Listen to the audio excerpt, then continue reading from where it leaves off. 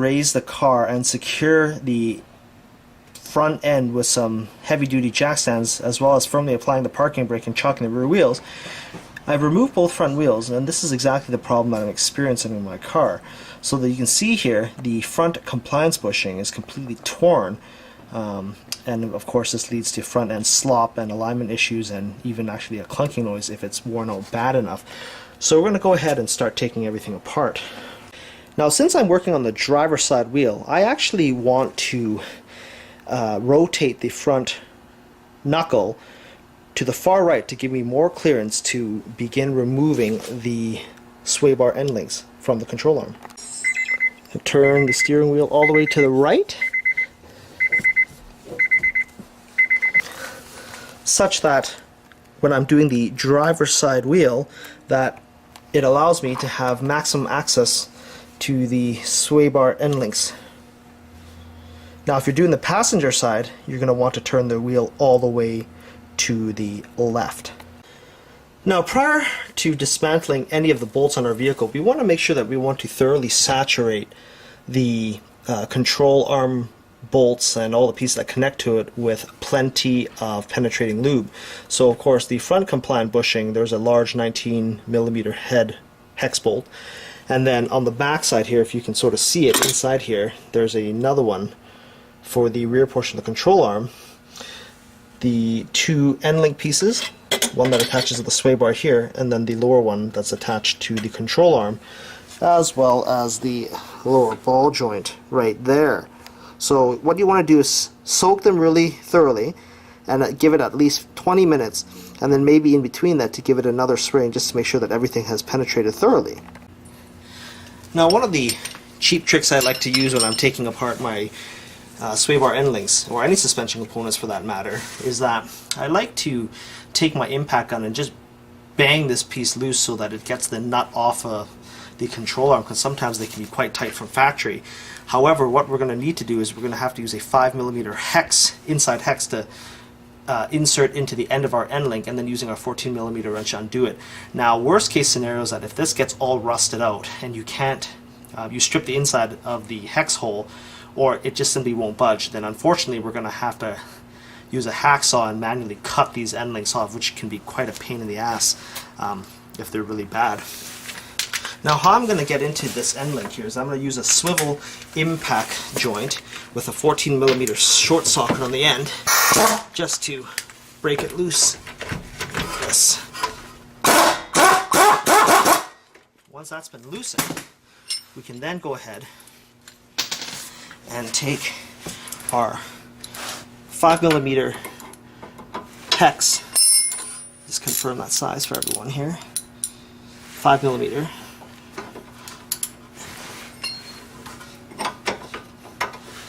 and jam it in as tightly as you can and as squarely as you can into the hole and begin undoing the end link. So this is the difference between me soaking the joint or this end link here with lots of penetrating lube well in advance before I'm doing this job, and to also keep spraying it as I'm doing it, because, well, it makes a big difference. Now, when you're doing the lower control arm replacement or bushing replacement, I would strongly advise that you just buy a new set of end links. The corrosion that can build up on these things isn't worth the hassle should you ever need to take this out a second time.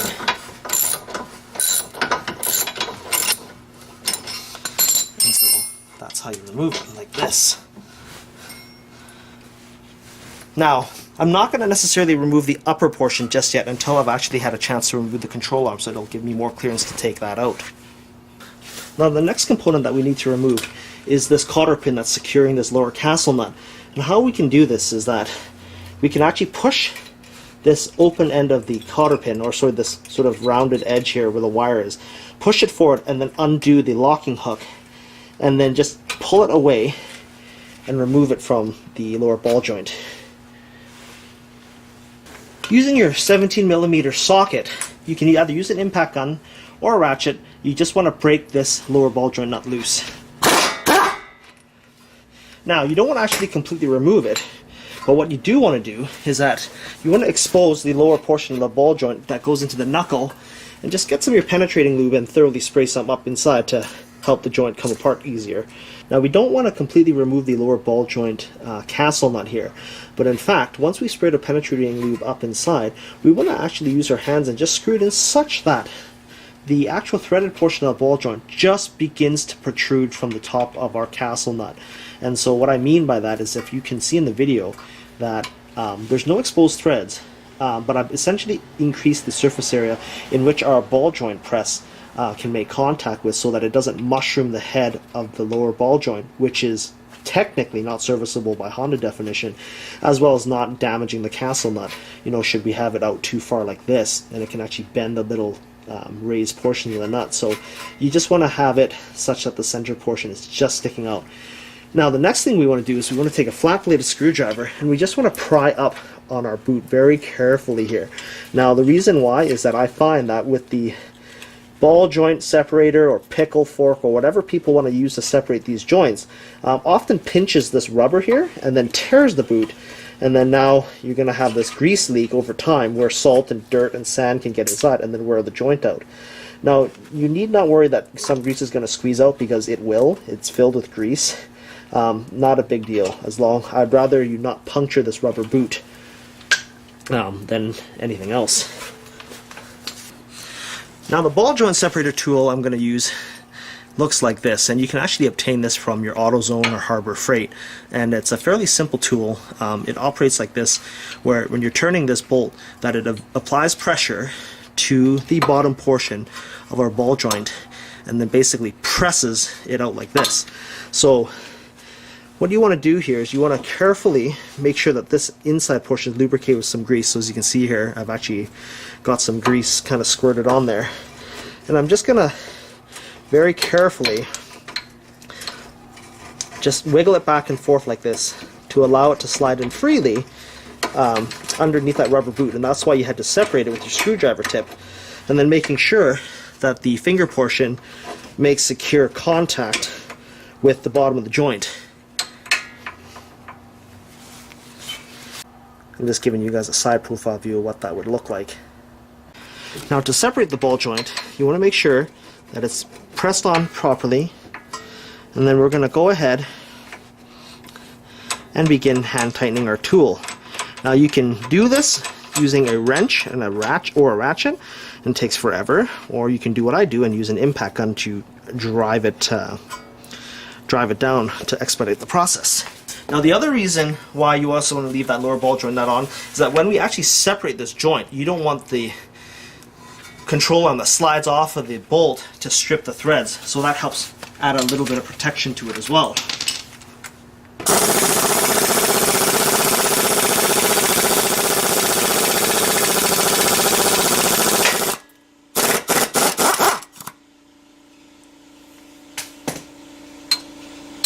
Once you hear the ball joint pop off from the lower control arm, go ahead and completely remove the lower control arm nut. As you can see here, there's no mushrooming of the ball joint threads and no bending or damaging of the castle nut's little tips. Using a 19mm socket, proceed to remove the front lower control arm securing bolt.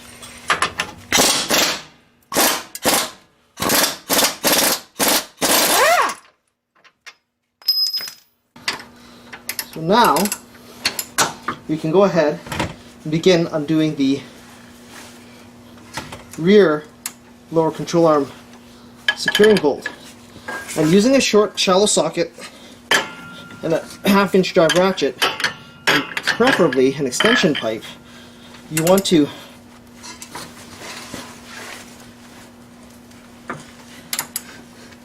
very carefully remove this bolt.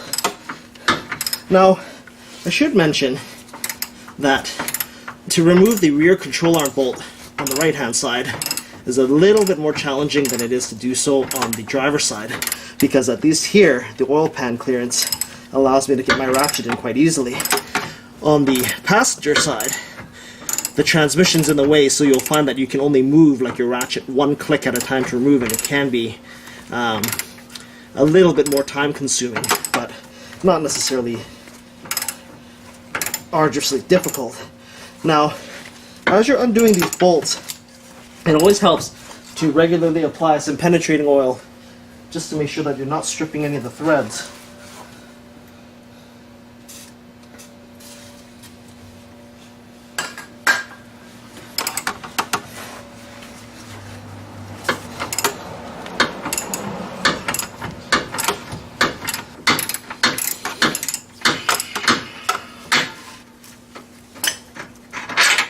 Remove the bolt like this.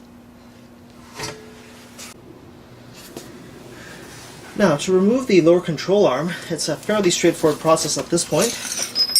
We can just give it a wiggle, and the whole thing should just kind of fall out, especially if the bushings are all worn out. And just remove it like so. This is what the front compliance bushing looks like after I just used a pair of pliers to lightly pull on the core that would normally be attached to the inside portion of this arm via the rubber mount points here and here. And so when a control arm compliance bushing goes, then suddenly the suspension geometry begins to kind of go haywire, and then you have all sorts of alignment and handling problems that sort of manifest themselves as a direct result of this failing. So it's not very difficult to replace, and it can mean the world of difference between your car driving properly and it not driving properly. Now, I'd mentioned earlier that we want to remove the lower control arm before we then remove the upper sway bar end link from the sway bar, because it gives us a bit more room, and this definitely makes a world of difference if you've already disconnected the other side. So we're going to now go ahead and undo from the back side our sway bar end link using the same technique used earlier.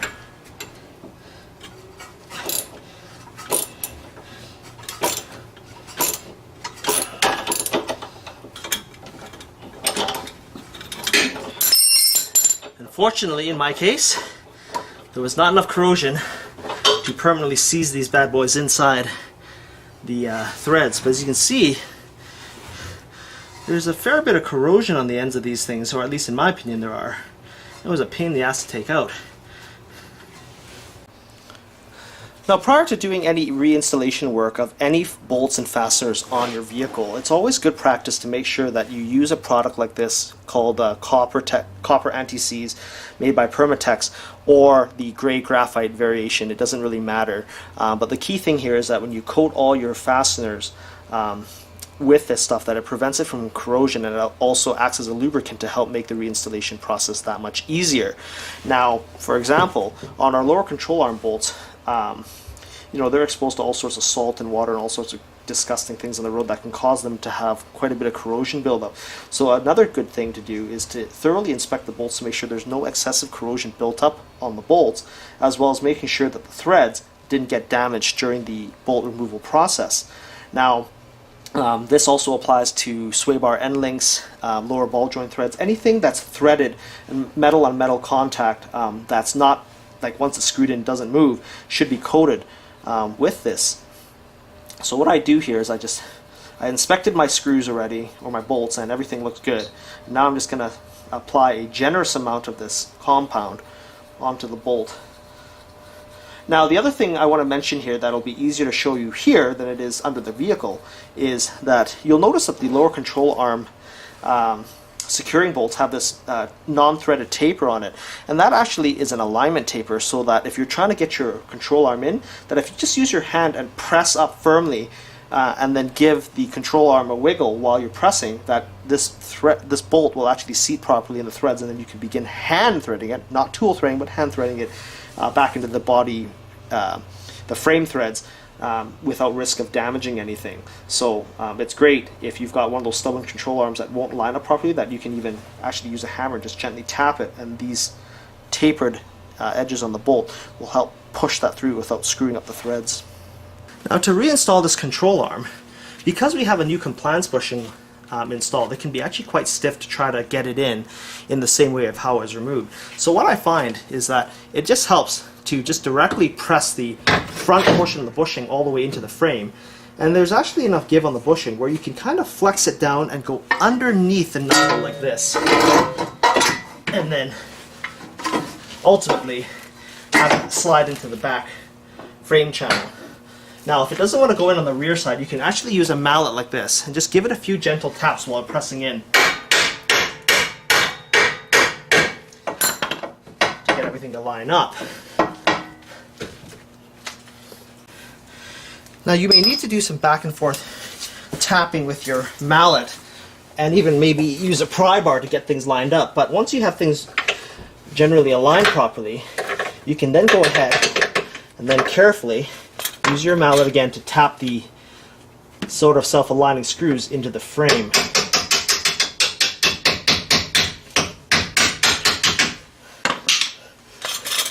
And then using a ratchet and not necessarily an impact gun, you can loosely install the front lower control arm bolt. Under no circumstances should you feel any friction or cross-threading while installing these bolts. They should go in smooth as butter every time. Do not completely tighten the bolt and go ahead and reinstall the rear securing bolt. Using a wiggling motion, wiggle your control arm back and forth while pressing down on the bolt head until you can feel it align with the rear holes. And then using your ratchet, proceed to tighten. Much like the front bolt, there should be almost no effort in screwing this bolt back in. If you're not sure if the bolt is threading in properly, try giving it a pull after you've given it a few turns. If it doesn't come out, then you know that the threads have started properly.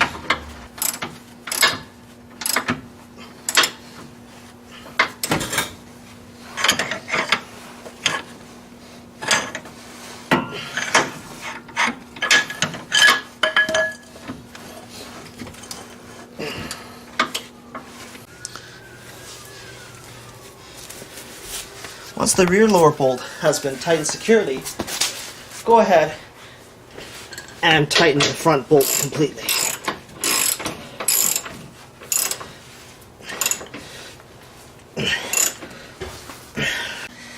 Now anytime you pop off your ball joint, it's always a good idea to give the joint a thorough cleaning with a clean towel or rag, and just inspect the boot for any tears or holes or punctures to ensure that, or to confirm at least, that you didn't damage the boot during the ball joint separation process. Now on this one, there's clearly no signs of any splits anywhere because they normally would rip right here. And of course, once I've cleaned everything up, now is also a good time to check your ball joints by giving them a good wiggle by hand, up and down and back and forth, and they should be fairly tight and require some considerable effort to move around. Normally when ball joints are badly worn, if I pull up on the shaft, there's actually play, but in this case there's none, so I know my joints are good. Now before we reinstall the knuckle back under the control arm, you want to actually make sure that the front wheels are now centered. Now prior to reinstalling the lower ball joint onto the lower control arm, we want to make sure that our CV axle here doesn't have any weird twists and kinks along the joint, on the outboard joint as well as the inboard joint. And the reason why is that sometimes when you're moving the steering knuckle in and out from the vehicle in this manner, you can actually dislodge some of the internal joints here in the CV axle, which could then cause very rapid wear as well as some major alignment and drivability issues. So as long as the axle in its natural sort of resting position, and this is why you had to turn the steering wheel straight, is that then any kinks or any pops inside the joint would be clearly visible, because this would be all kind of mangled and funny looking on the boot. So making sure that our ball joint shaft is nice and clean here on the bottom, we can just press down on the control arm and then just using a bit of muscle here, we can then reattach or push that ball joint thread through the lower control arm. And if you can't do it, having a helper is always useful. Again, once it's popped in, you want to check to make sure that there's no weird bends in that boot, and then reinstall. the lower ball joint securing nut.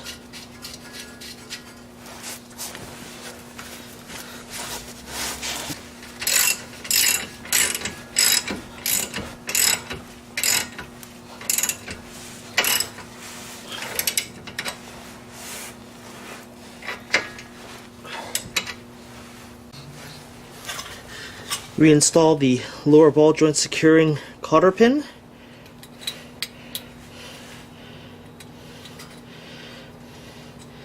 Making sure that you press the pin all the way through and that it hooks on the hook end, latches back onto one of the cutout portions on the nut so that it can't work its way loose. Alright, so now the last step into our reassembly process is to install a set of new end links onto our sway bar. And so, very much like what we did with our control arm bolts, we're just going to go ahead and thoroughly coat the threads on our end links with some anti-seize.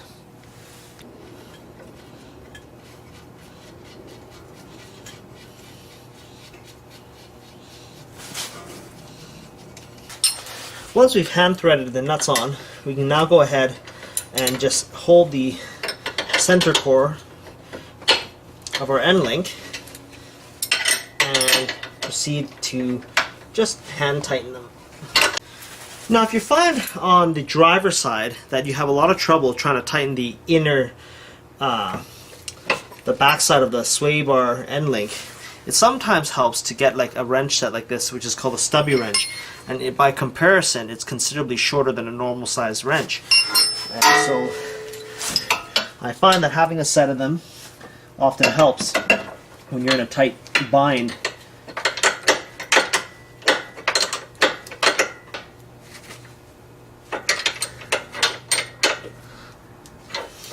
And there you have it.